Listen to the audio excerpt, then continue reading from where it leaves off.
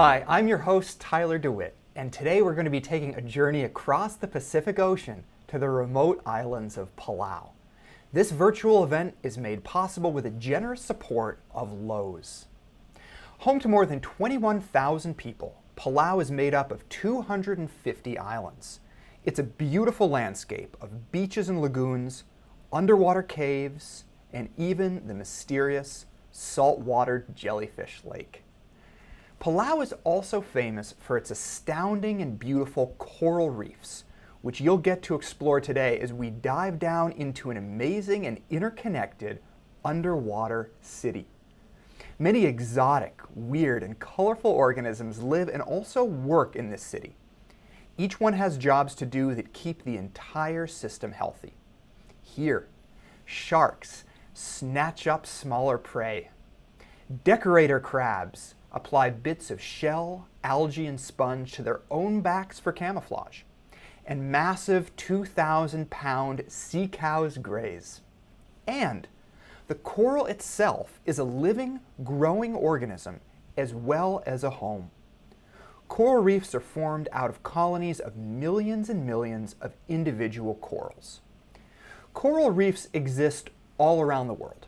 Here's a map that shows where you can find Earth's coral reefs. Palau is an ideal environment for corals to form because they need water that's warm, 70 degrees or warmer, year-round. Guiding us on our deep dive today will be marine biologist Stephanie Weir, who's joining us live from the Duke Marine Lab at the beach in Beaufort, North Carolina. Let's learn a little bit more about Stephanie with this short video. I'm Stephanie Weir, and I help nature work by helping to conserve coral reefs. Coral reefs are like a factory. They provide food, they provide fish, and they provide jobs. They produce, and they produce a tremendous amount for many people across the planet. I'm a marine biologist now, but I was always interested in all aspects of nature. I remember back to my earth science class in 8th grade or 9th grade, I think. And I remember plate tectonics and just being blown away by the fact that we were sitting on these massive moving land masses and that it was all being driven by heat coming from the core of the earth. I think we should care about science because it's the way we're going to figure things out. It's the way we're going to solve the problems that we're facing today. Hello and welcome, Stephanie. It's so great to have you with us. It's great to be here. Thank you. So was that you snorkeling in the video that we just saw?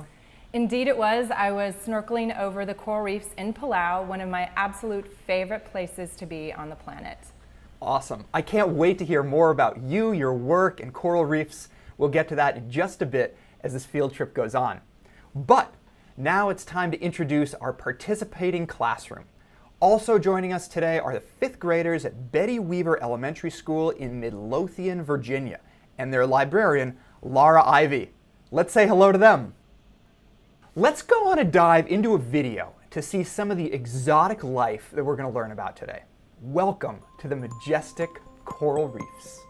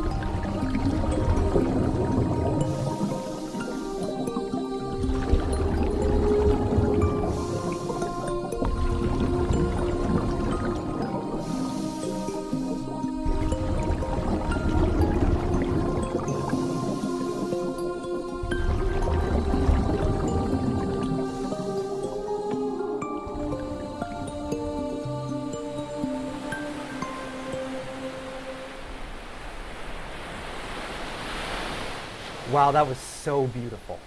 So Stephanie, this is what you study, right? This is what you get to see every day. Yeah, well, I wish I got to see it every day. Unfortunately, I do spend some time in the lab and at my computer, but it is a place that I've spent a lot of time, and it's really one of the most beautiful places on the earth. So what's it like to dive and explore a coral reef? It's really kind of an otherworld experience. You know, we're terrestrial creatures. We live on land. So you're kind of going into a whole new world where you are the guest, ultimately. And I think that I just see it each time as an opportunity to discover something new and to learn something new.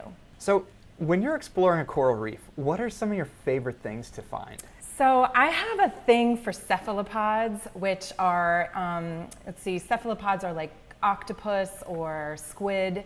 I just find them to be fascinating. They're incredibly intelligent. And I'm always on the hunt for an octopus lair. And you can find an octopus lair fairly easily because they leave their garbage about. Once they've had a meal, they've eaten some kind of snail or clam, they leave it outside of their lair. They've basically got a garbage pile. So when you're on a reef snorkeling, look for those little holes with garbage piles out front, and you're sure to have found an octopus lair. And they're usually somewhere nearby. Stephanie, I understand that coral reefs can be compared to a big city under the water. What city would you compare them to, and why?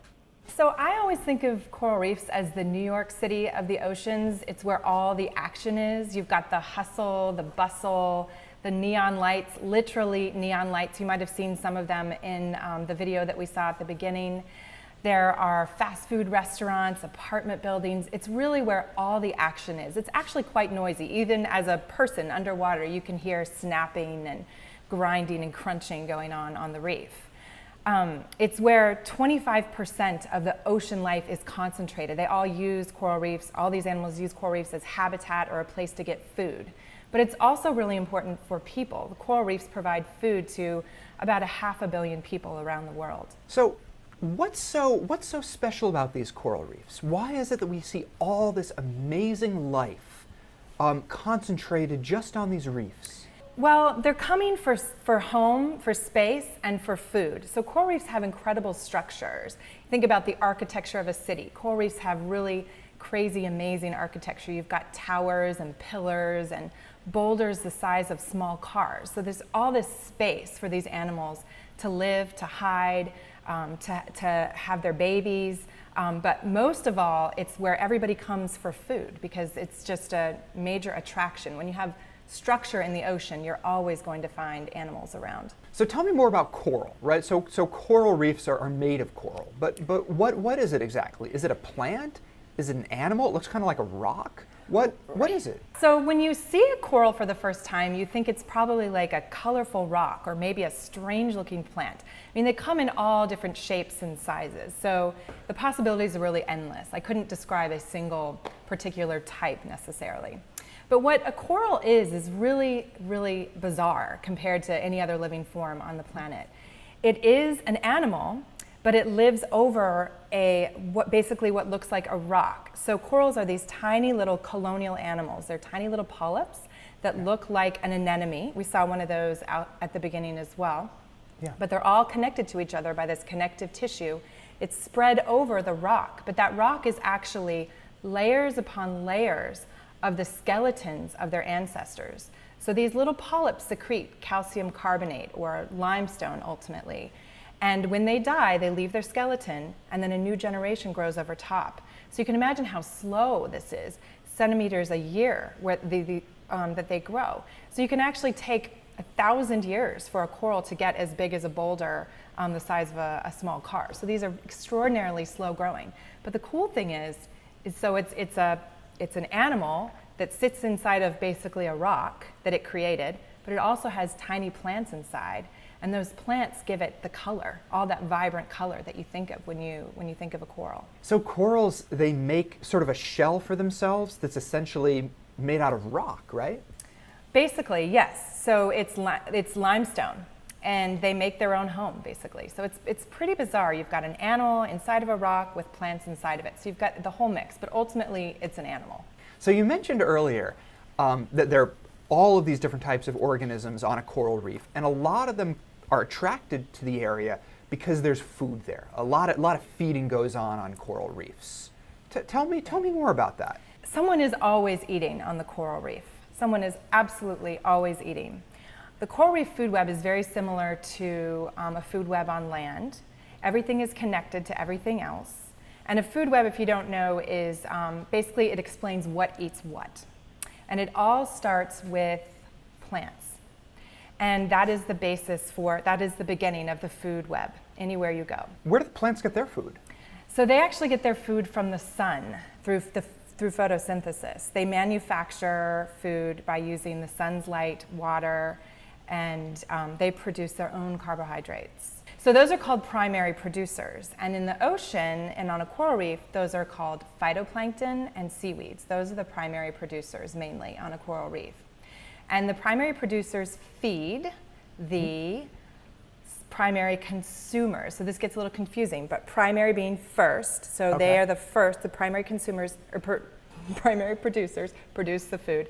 The primary consumers eat that main food. And those are the plant eaters. So they could be herbivores or they could eat other things as well. They don't have to be strict vegetarians, but they eat the plants.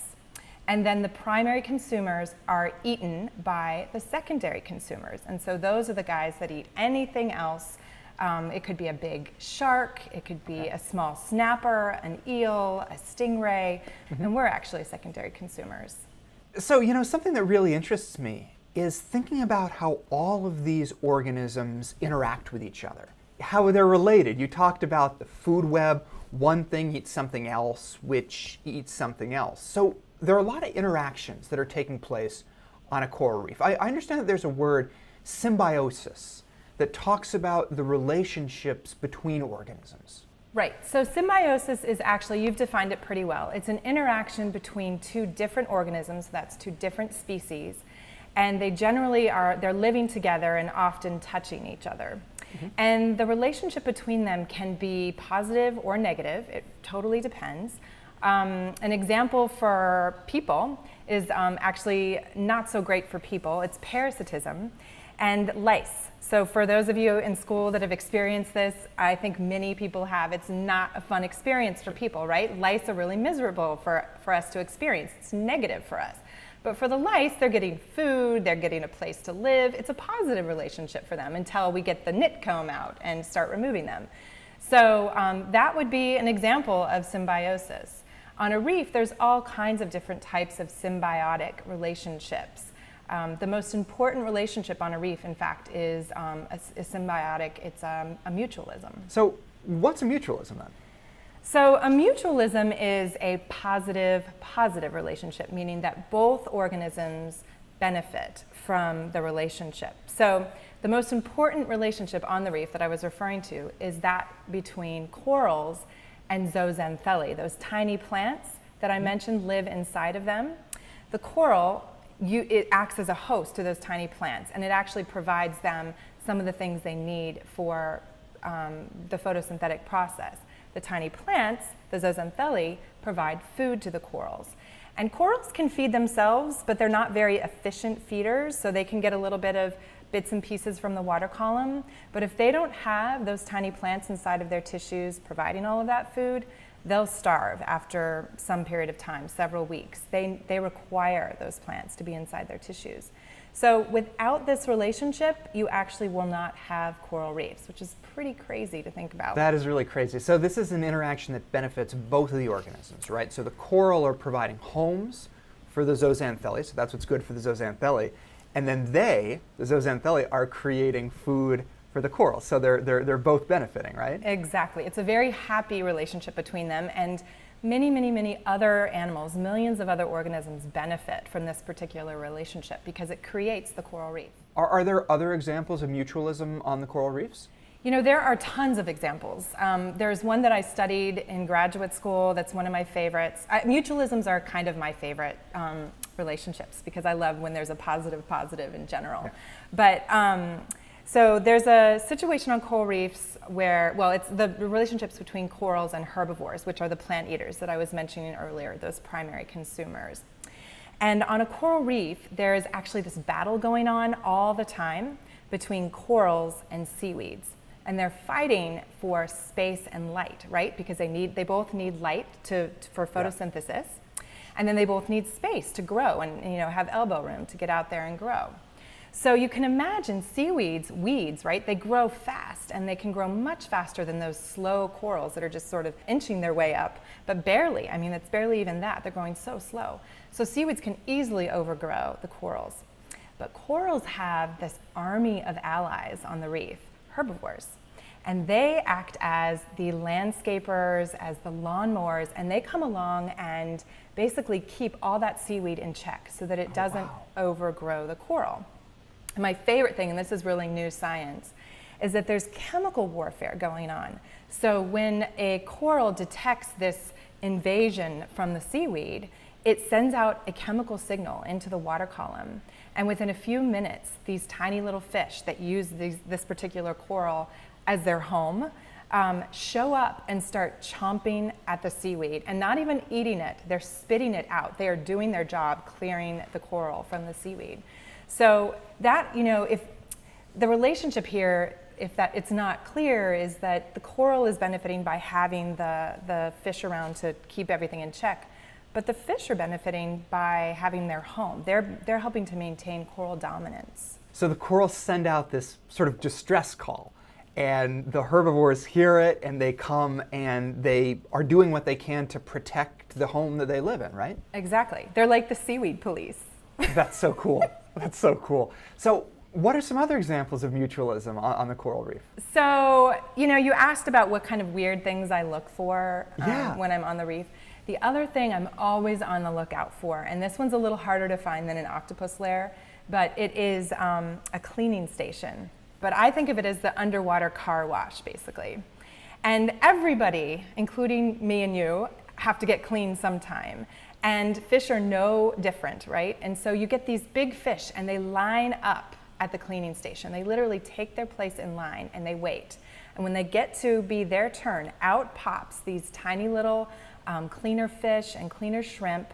The big fish opens its mouth, so it just opens and just sort of sits and waits. And in come the tiny shrimp and the tiny fish, and they eat up the dead skin and the parasites from inside the mouth and in the gills. They basically clean up the whole fish so it's happy and healthy, and it goes on its way.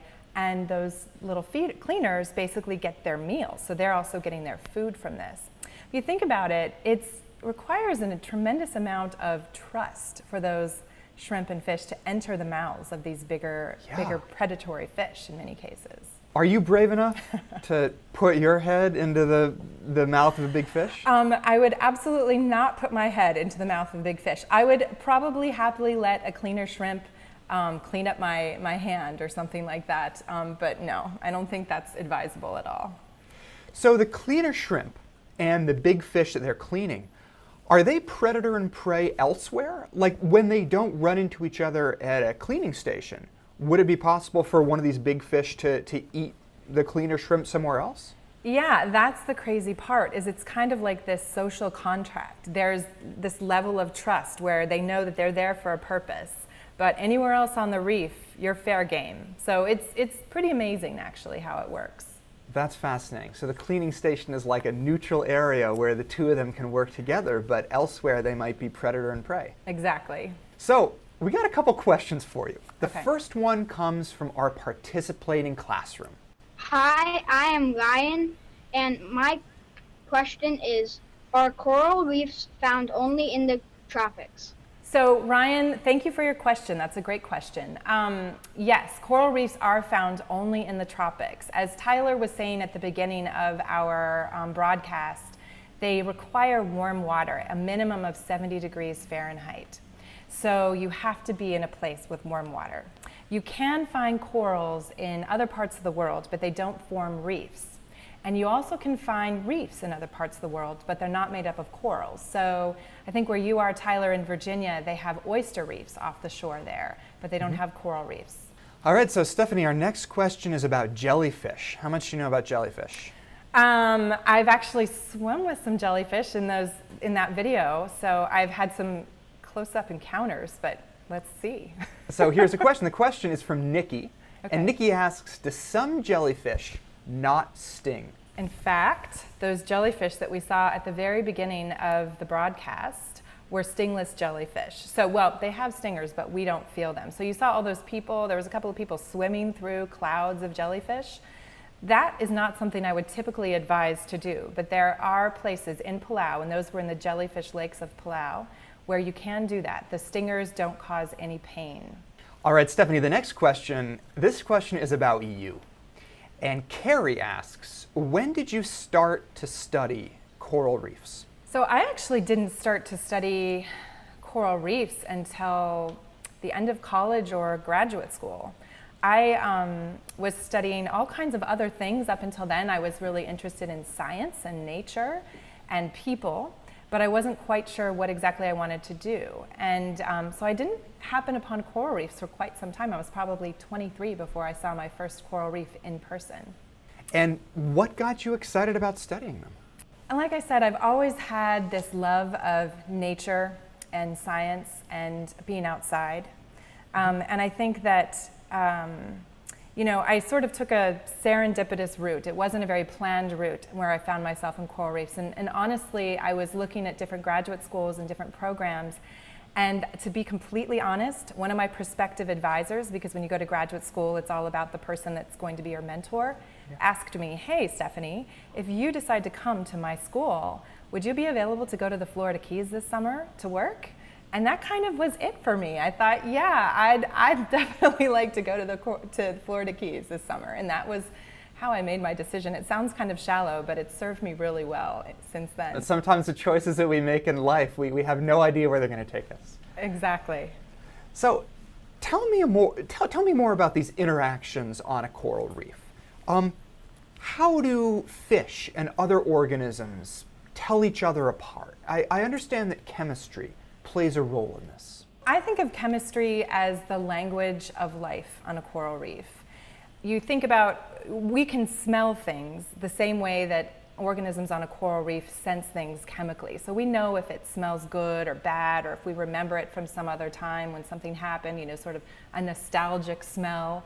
But the animals are the same. Now, you think about a coral, it doesn't have eyes or ears. It can't see what's going on. So it uses chemistry to communicate. It needs to know if its neighbor is its next meal or its next mate. If you can't see, you need to know that what you're eating isn't poisonous.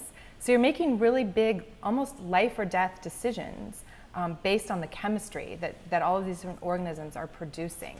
So we know that a lot of the chemical compounds that are found on coral reefs are sort of unique. The organisms on a coral reef have to deal with environments and challenges that we might not have to deal with on land. And is that so?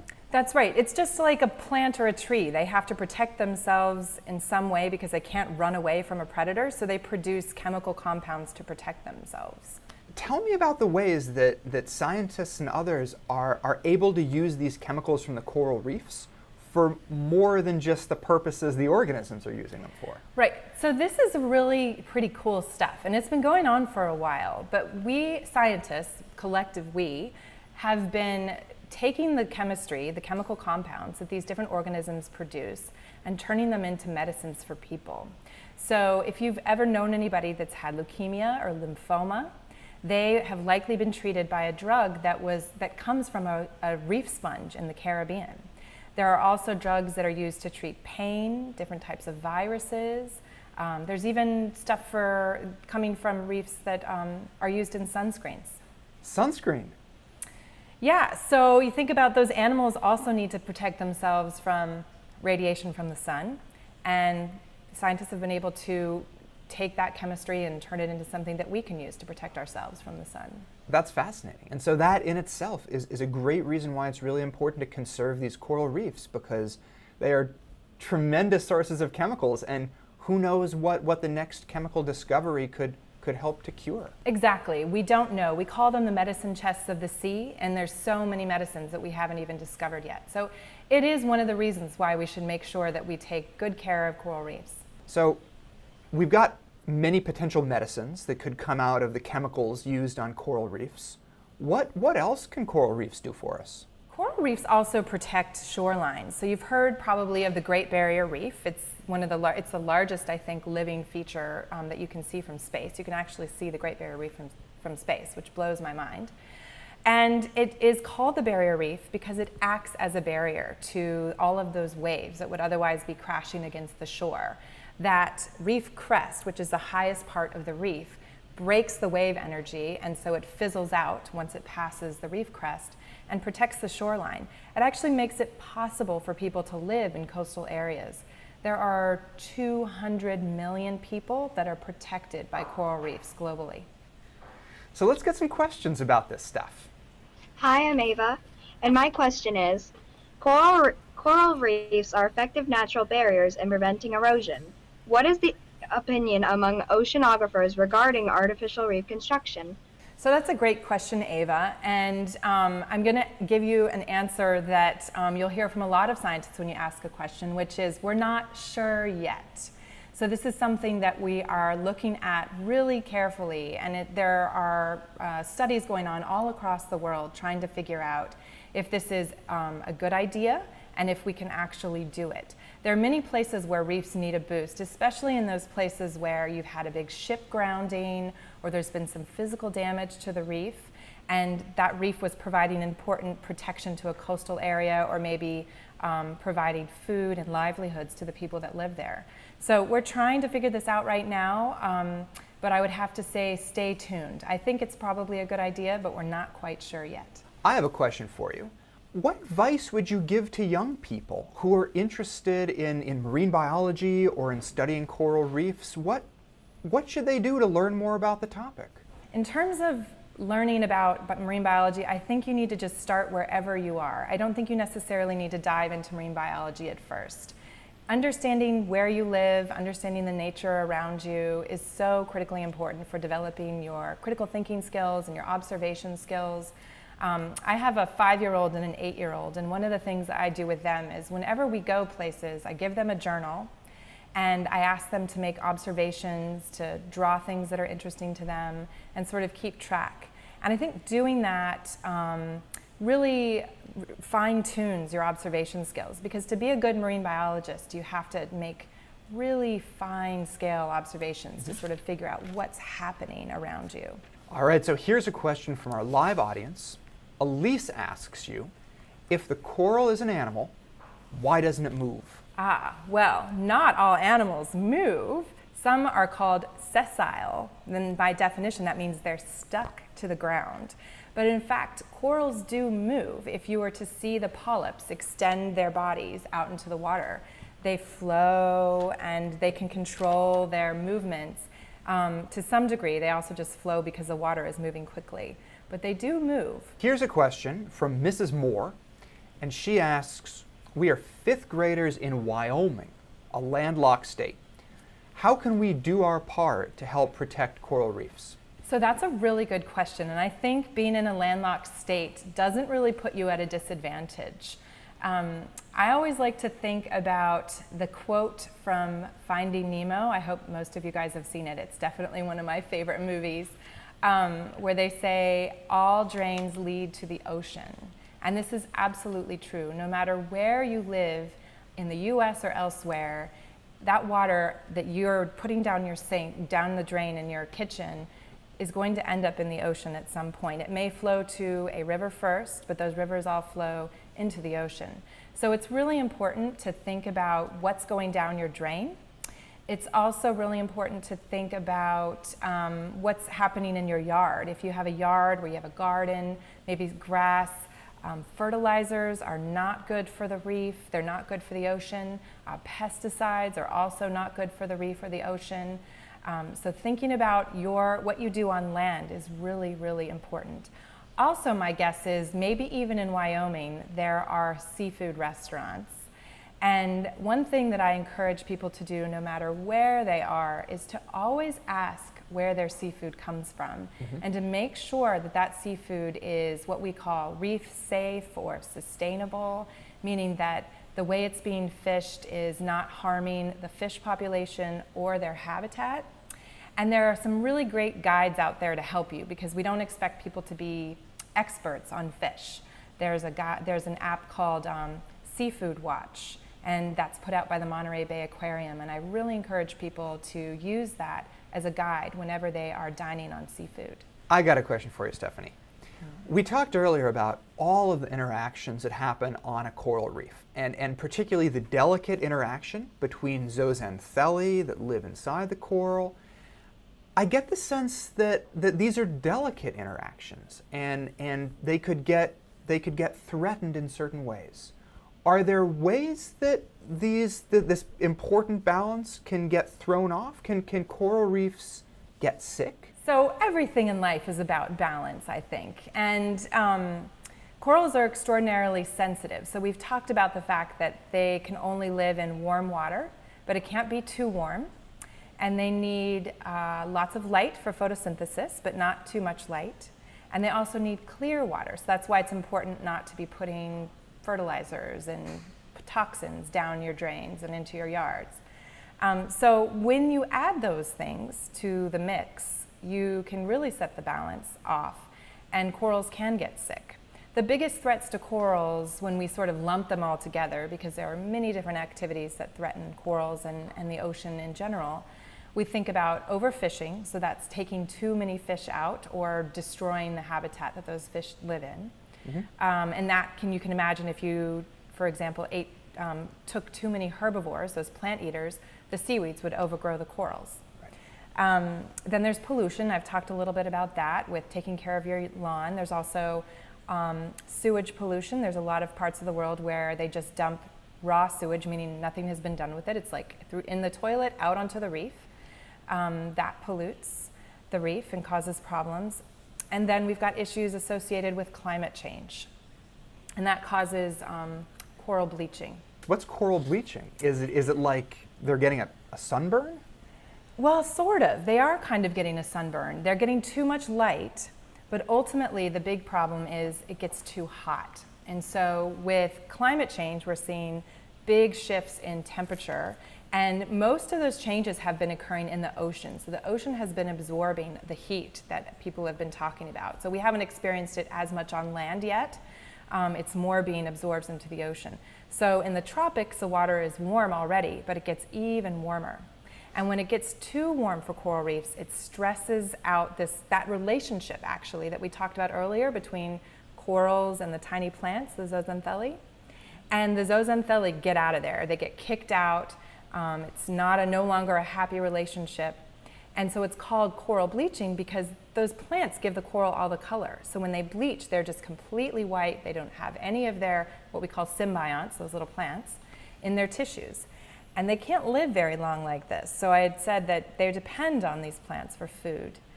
So if it goes more than a few weeks, they can actually come back into the bodies of the corals. They call that reassimilation, bringing the zooxanthellae back.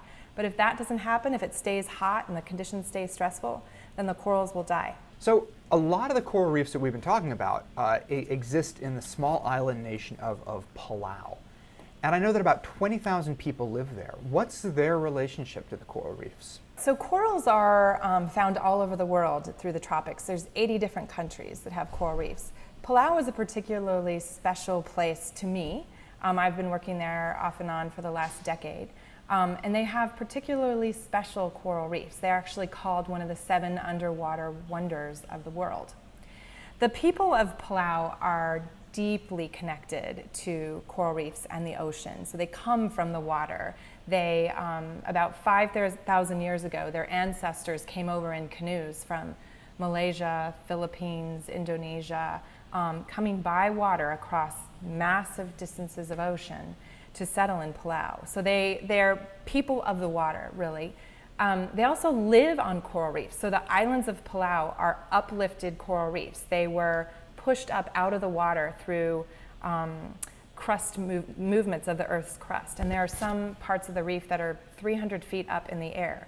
So they actually live, their homes are on top of reef. It's dry land at this point. But then they're working on the wet reef, working in getting their fish and maybe tourism and whatnot. They're getting a huge part of their culture is associated with coral reefs. So Palauans and coral reefs, are intertwined completely in their existence, and they depend upon each other. So the Palauans depend on the coral reef. What are they doing to help protect it? Palauans are kind of amazing in terms of what they're doing to protect their natural resources, and specifically their coral reefs. They're global leaders in sort of the trailblazers ultimately in what needs to happen to best protect your marine ocean resources. There's two things that they're doing that I find particularly inspiring, and so have others. Others have actually followed their lead. The first thing they did is they set Palau as the first shark sanctuary in the world, which means that they don't fish shark in Palau, and nobody is allowed to fish shark in Palau. And this is a pretty big deal because even though I think sometimes people think sharks are these big scary creatures, they're really not, and they're extraordinarily important for the ocean food web and for overall ocean health, and especially on coral reefs. They're the top predators on a reef, and you need sharks. And sharks are targeted for particular parts, body parts, shark fin soup and things like that. So there's been a lot of pressure on sharks. So that's a really big deal that Palauans have done that. The other thing they're doing, and they're in process, is they are closing all of their waters to commercial fishing, which is a huge deal. Historically, or in recent years, I guess, boats from other countries have been paying a fee to come and fish in Palau's waters, and they just take lots and lots of fish and they leave, and the Palauans aren't benefiting from the fish, which they depend on. So they have decided that this is not a long-term, as we use the term, sustainable, meaning it can't go on forever without causing some harm. It's not a good thing for Palau. So they're now switching to just local folks that want to go out on the weekends, the local fisherman that's feeding his family. That's going to be allowed, but no other fishing is going to be occurring in Palau. It's going to take a few more years to put it into place, but it's pretty exciting stuff. It's so inspiring to hear about a small group of people who are really committed to conserving a really important part of the environment. So we have time for a couple more questions. This one comes from Kaylee, and Kaylee asks, how large can a coral reef be? What factors determine the size of a coral reef? Wow, that's a really good question, Kaylee. So a coral reef can get really big. I mean, the Great Barrier Reef could be considered one whole reef, and that stretches, I want to say, something like 1,500 kilometers. But gee, I'm afraid to say that with that. That could be wrong, but it's about the size of Japan, I think, in terms of length. Oh, wow. So we're talking about huge, huge areas, right? All of the coral reefs in the world could actually fit into the state of Arizona. So if you go and look at a map and find the state of Arizona in the US, you'll get a sense of how much reef is actually out there. But what determines it is going to be, are the conditions healthy? Do you have enough light? Do you have the right temperature? Do you have clear water? Do you have shallow enough water? Because coral reefs don't grow after the light disappears. So when it gets dark, you stop seeing coral reefs. And you need enough flow of water. And then you need a supply of babies. So that's really important. And in our conservation work, we think a lot about where the babies are coming from to make sure that if we're setting up a protected area, for example, there's a source of babies that are going to come in and settle, basically make their homes on the ocean bottom. So there's a lot of things that determine how a coral reef grows and how big it gets. I have one quick question for you. Stephanie asks, can we eat corals? Are there any edible corals? Stephanie asked that question, huh? Okay, Stephanie, that's a good question. I'm going to say no. I have not heard of anybody eating corals. They probably wouldn't taste very good because you think about it, it's just a very thin, kind of mucusy layer of tissue on top of some really crunchy calcium. Ah, yeah, that would be hard on the teeth. But I will tell you a funny story about, just a brief story about who does eat corals and what it turns into. So parrotfish, named parrotfish because they have a beak that looks like a parrot, they eat corals and they chomp down on the tissue, but they always get a bit of the reef, of the calcium carbonate, that limestone below, and they poop it out and it turns into sand. So if you're ever on a beach in the tropics, you can be assured that you are hanging out in parrotfish poop. Wow. That's fascinating. So anyway, we're just about out of time. Today, we've seen some awesome stuff. We've seen how the coral reefs function like an amazing underwater city, with each creature having an important role that benefits the whole system and people as well. It's important that we remember that nature works hard, and so we must work hard for nature. So a big thank you to our scientist, marine biologist Stephanie Weir. I've learned so much from you today. It's been an absolute pleasure. Thank you. I've had a great time, Tyler. And thanks so much for joining us, Betty Weaver School. We really appreciate that you took the time to ask some questions and join us. And thanks so much to all of you viewers for watching our episode. Goodbye.